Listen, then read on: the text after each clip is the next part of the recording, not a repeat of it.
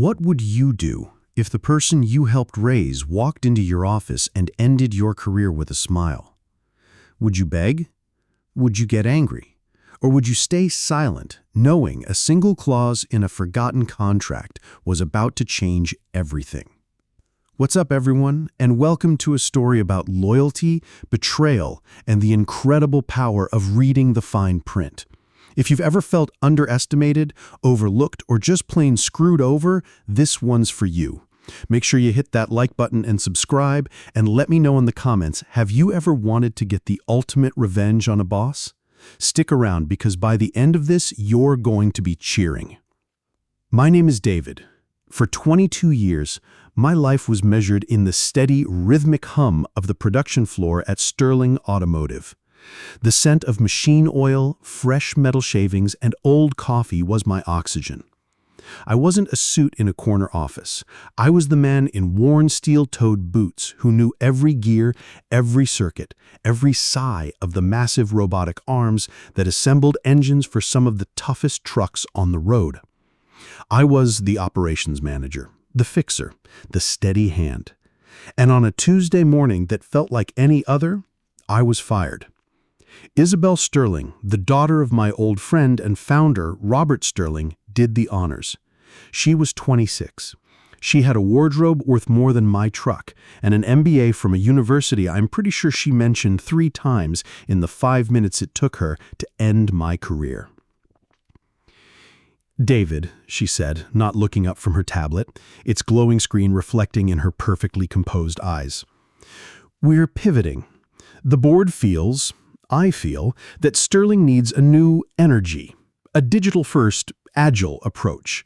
We need to streamline." I stood there, my hands hanging loosely at my sides. I'd known her since she was a little girl who used to hide under my desk during Bring Your Daughter to Work Day, her small hands covered in ink from the schematics she'd drawn on. "Streamline," I repeated, the word feeling hollow and corporate in my mouth. Finally, she looked up, a smile that didn't reach her eyes. "It's not personal, it's just progress. We need to make room for fresh perspectives. We can't have legacy thinking holding us back." Legacy thinking. The phrase was a bullet. It meant me, my age, my 58 years, my 2 decades of experience that suddenly had the same value as a dusty old manual in a paperless world. "I see," I said, my voice a low, gravelly thing, betraying none of the earthquake happening inside my chest. "HR has your package," she said, the dismissal clear. "Clean out your desk. Security will escort you out." I didn't argue. I didn't slam my hand on her glass desk. I just gave a single, slow nod. A lifetime of dignity compressed into one simple gesture. I turned and walked out of her pristine, minimalist office, a space that had once been her father's, cluttered with blueprints and the ghosts of 1,000 hard conversations. The walk back to my office was a mile long. Younger employees, kids I'd hired straight out of trade school, now with families of their own, couldn't meet my gaze. They stared at their screens, their phones, anywhere but at the old dinosaur being led to his extinction. The air was thick with a silent, collective shame. I'd trained most of them. I'd covered their shifts when their kids were sick. I'd fought for their promotions. Now, not a single one spoke. My office wasn't much. A few framed photos, one of me and my wife Sarah on our wedding day, her smile forever frozen in time, 5 years gone now from the cancer that stole her. Another of my son in his engineering firm gear out in Denver, a small potted succulent that Sarah had given me, still stubbornly alive. It all fit into one cardboard box. As I carried that box through the parking lot, the Indiana sun warm on my neck, I felt a strange, unsettling calm. The panic, the rage, the sheer injustice of it all was there, a storm swirling beneath the surface, but it was held at bay by one single solid thought. She didn't check. Robert Sterling hadn't just been my boss. He'd been my friend, my brother in arms. We'd built Sterling from a struggling machine shop into a regional powerhouse. When his health began to fail, when his heart started betraying the man who had always been all heart, he made me a promise. "I need to know this place is safe," he'd told me, his hand on my shoulder, his voice rough with emotion. "Those vultures on the board, they'd chew you up and spit you out for a point on the stock price." So, during my last contract negotiation, he'd insisted on a clause. A golden handcuff to keep me from competitors, he'd said. A retention incentive. But I'd always known its true name. A severance penalty. Termination without explicit documented cause, not streamlining, not pivoting, but real, provable misconduct would trigger a payout equal to 36 months of my salary. 3 full years. A king's ransom, designed to be so painful no future board would ever consider letting me go. Isabel, with her new degree and her arrogant certainty, hadn't bothered to read her father's last best piece of insurance for his company. I placed the box on the passenger seat of my pickup truck and sat there for a long time, my hands on the wheel, staring at the building that had been my second home. I could see the production line through the bay doors. I could hear the familiar clang and hiss. I knew every man and woman in there. I knew their struggles, their triumphs, and they were about to learn what happens when you rip the foundation out from under a house. I didn't peel out of the parking lot. I started the engine, the familiar rumble a comfort, and drove home with the steady patience of a man who knows the game is far from over. My first call wasn't to my son. It wasn't to a friend to complain. It was to Paul. Paul Henderson, a pit bull of a lawyer who'd been a friend since college and who had been begging me for years to let him sue someone on my behalf.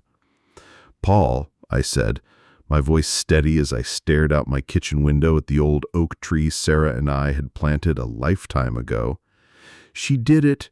She finally did it!" There was a pause on the other end, then a low, dark chuckle. "Tell me she was stupid enough to do it without cause. She called it legacy thinking." "Oh, David," Paul said, and I could hear the glee in his voice. "I'm going to enjoy this. Send me the contract. Let's go fishing." The next morning, I was at my kitchen table, the document spread out before me, Paul on speakerphone, when my cell rang. Robert's name flashed on the screen. My heart clenched. 18 years of friendship, of shared battles, of grief, his wife passing a year after Sarah, Ward with the fresh bleeding wound of his daughter's betrayal. I answered, "Robert?" "David, for God's sake, what happened?" His voice was strained, thinner than I remembered. The heart problems had taken their toll.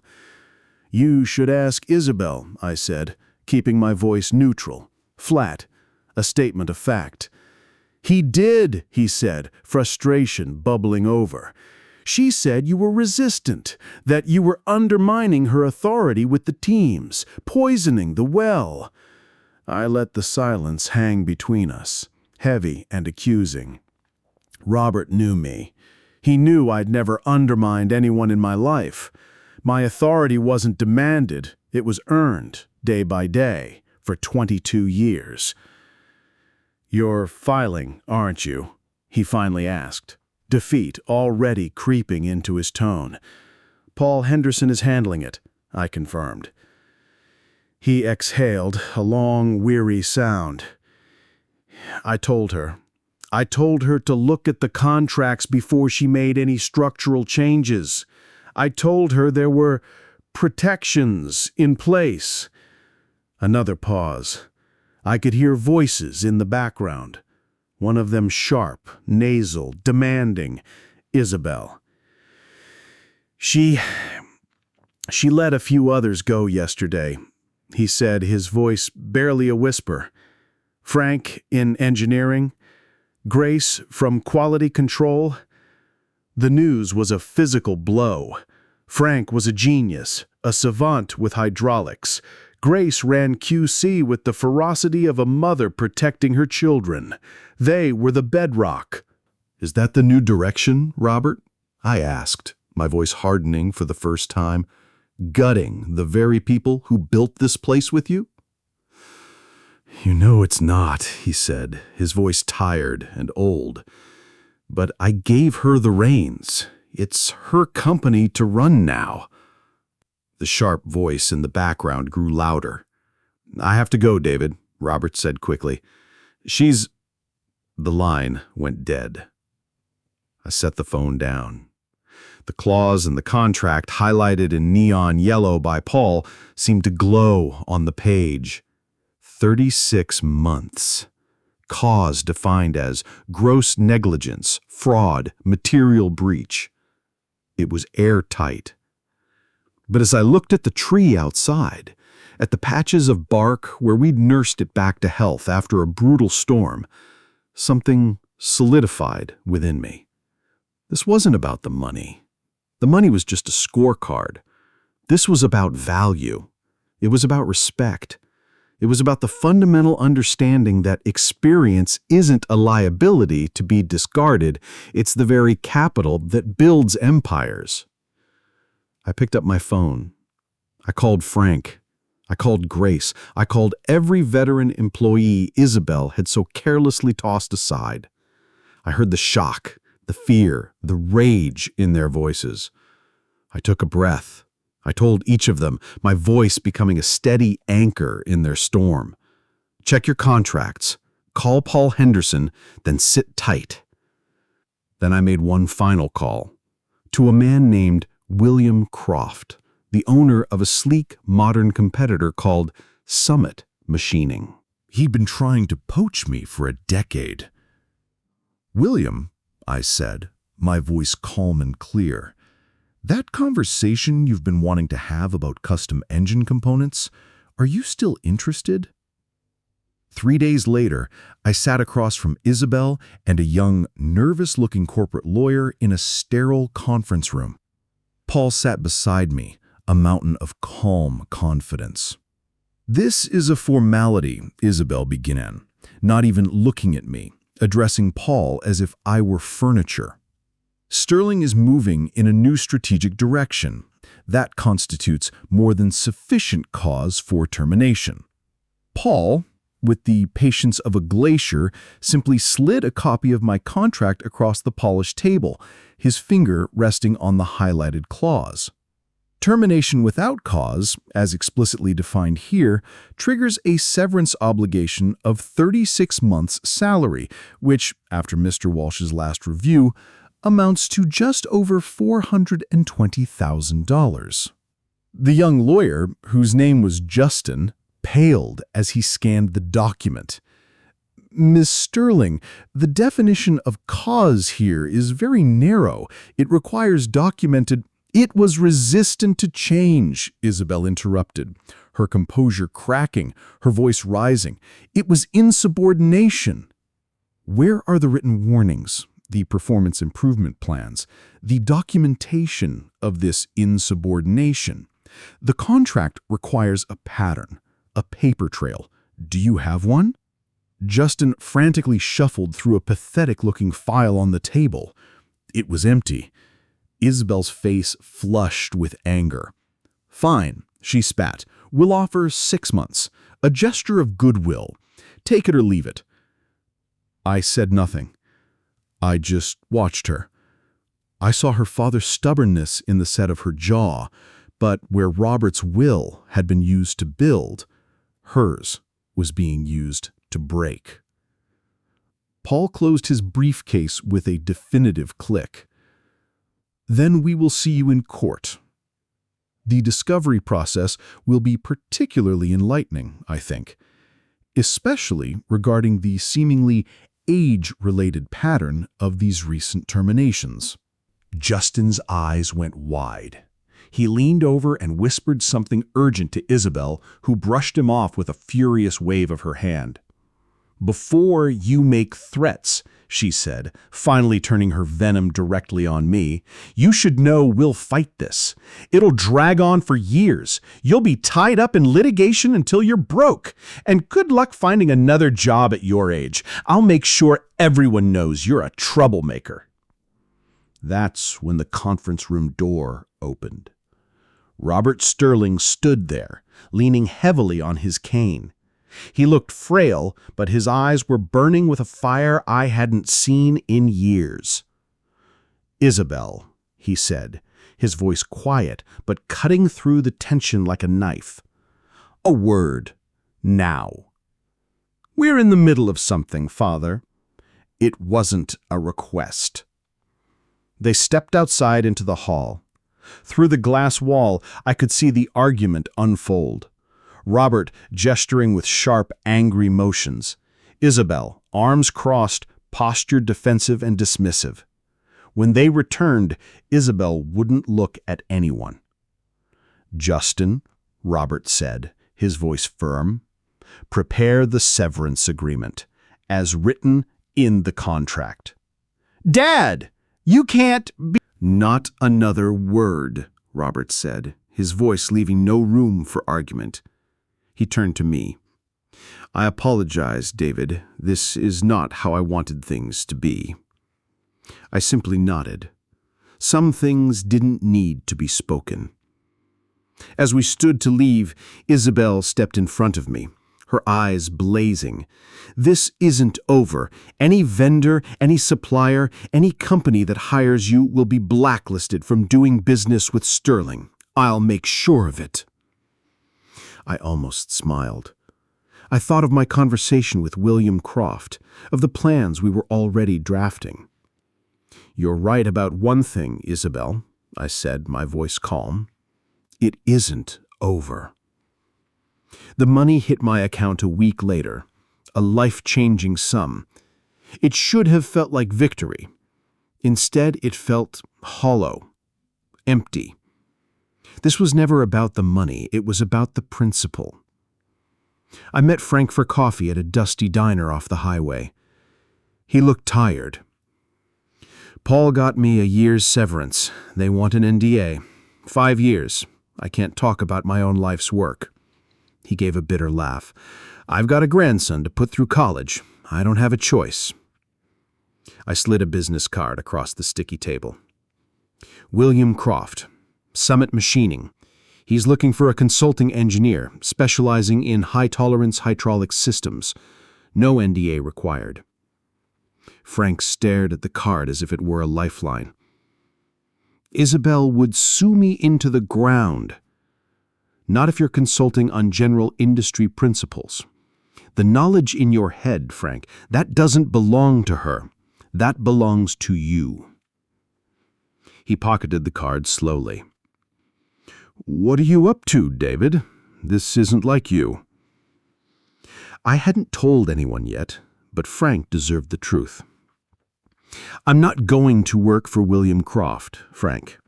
I'm going into business with him. A new division. Summit Custom Engineering. The precise, high-margin work Isabel thinks is a waste of time." Frank's eyes widened. The performance line. Robert always said that was our future. "And Isabel is selling it off for scrap," I said, my voice low. "Grace told me. She's already liquidated the German CNC machines Robert bought last year, sold them at auction for pennies on the dollar." The color drained from Frank's face. "She's stripping the company, turning it into cash." He looked at me, a dawning horror in his eyes. "Does Robert know?" "I don't think so," I said. "He built that company as a legacy, not a piggy bank." We sat in silence for a moment, two old soldiers watching the fortress they'd built being plundered. "What are you going to do?" Frank finally asked. I looked him straight in the eye. "I'm going to build something better. And I need my head of engineering." 6 months after the firing, I stood in a converted warehouse on the other side of town. The air smelled of fresh paint and new machine oil. The space hummed with a new, eager energy. This was Summit Custom Engineering. William Croft clapped me on the shoulder. "The first batch of orders from Midwest Manufacturing came in," he said, a grin spreading across his face. "They weren't happy with Sterling's delays." My phone buzzed. A text from Grace, who was still inside Sterling, my eyes and ears. It was a photo of an internal production report. Red everywhere. Delays, defects, client complaints. The brain drain was complete. The house of cards was trembling.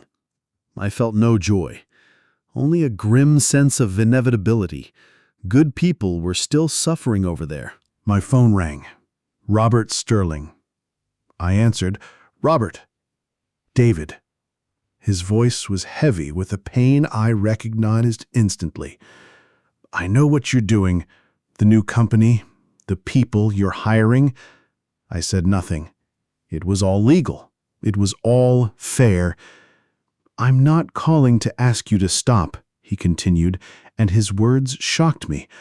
"I'm calling to ask for your help." "Help?" "To save what's left of my company," he said, his voice breaking. "The board is in an uproar. The numbers are a disaster. She's bleeding it dry, David. I was wrong. I should have listened to you." I closed my eyes. I thought of the years, the sweat, the shared dreams. I thought of the hundreds of families who depended on Sterling. "What are you asking, Robert?" "Come to my house tonight. Bring Frank if he'll come. The board is discussing options." Options. "Including," Robert said, his voice strengthening with a sliver of hope, "a change in leadership." I looked out over my new floor at the beginnings of the future I was building from the ashes. It was small, but it was honest. It was built on respect. "I'll be there," I said finally, "but I'm not promising anything." "Fair enough," Robert said, the relief palpable. "And David, thank you for still taking my call." The meeting at Robert's house lasted long into the night. The board was terrified. The company was weeks from a death spiral. My presence and Frank's was a tangible reminder of what they'd lost. We laid out a brutal, honest assessment. It wasn't pretty. 3 months later, I found myself walking back into the Sterling Automotive headquarters for the first time since I'd been fired. I was led not to my old office, but to the main boardroom. The quarterly meeting was in chaos. Isabel was at the head of the table, flanked by her team of young consultants trying to blame market forces and entrenched inefficiencies for a 40% drop in revenue. She was mid-sentence when she saw me standing in the doorway. "What is he doing here?" she shrieked, pointing a trembling finger. The chairman of the board stood. "Isabel, the board has reached a decision regarding the company's leadership." Her face went sheet white. "You can't be serious." The chairman turned to me. "David?" I stepped into the room holding a single folder. "Sterling Automotive is being acquired," I said, my voice echoing in the stunned silence. "Sterling Automotive has the acquiring by Summit Custom Engineering this morning." Isabel let out a shrill, disbelieving laugh. "This is insane! I'm the majority shareholder." "No," Robert said, rising slowly to his feet. "You hold 25%. I retained 55, and I've cast my vote." I slid the folder to her. Summit will absorb Sterling's custom engineering division. The core mass production operations will continue under new management. The door opened again. Frank walked in, wearing a new suit and a look of fierce determination. "My management," he said. Isabel scrambled through the documents, her hands shaking uncontrollably, her perfect composure shattered into a million pieces. This is... She stammered. "It's business, Isabel," I said, my voice calm and final. "Nothing personal." A year later, the merged company, now called Summit Sterling Precision, was thriving. The production floor was a symphony of efficiency, a blend of old-school craftsmanship and new-world technology. The quarterly reports were the best in the company's history. Robert found me on the observation deck, leaning on his cane. He looked older, but the worry in his eyes was gone, replaced by a quiet pride. "She called," he said quietly. "From Miami." I raised an eyebrow. "Starting some kind of consulting firm. Asked me to invest." He shook his head. "I told her to come home first, to learn the business from the ground up, the right way." He smiled, a sad father's smile. She hung up on me. Below us, I watched the beautiful, intricate dance of industry. Frank mentoring a new group of engineers. Grace inspecting components with her legendary eagle eye. My son, who had moved back to Indianapolis to head up our new R&D department. It was a mosaic of experience and innovation, not fighting each other, but building something stronger together. "You know," Robert said, "when I put that clause in your contract, I never imagined it would lead to this."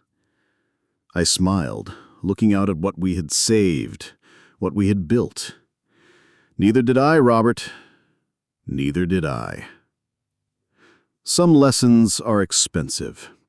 That severance clause cost Sterling Automotive over $400,000, but the real cost was far higher.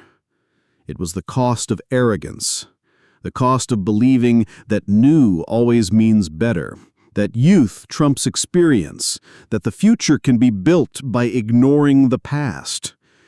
The lesson that stuck, the one that changed everything, was that true value isn't found on a spreadsheet.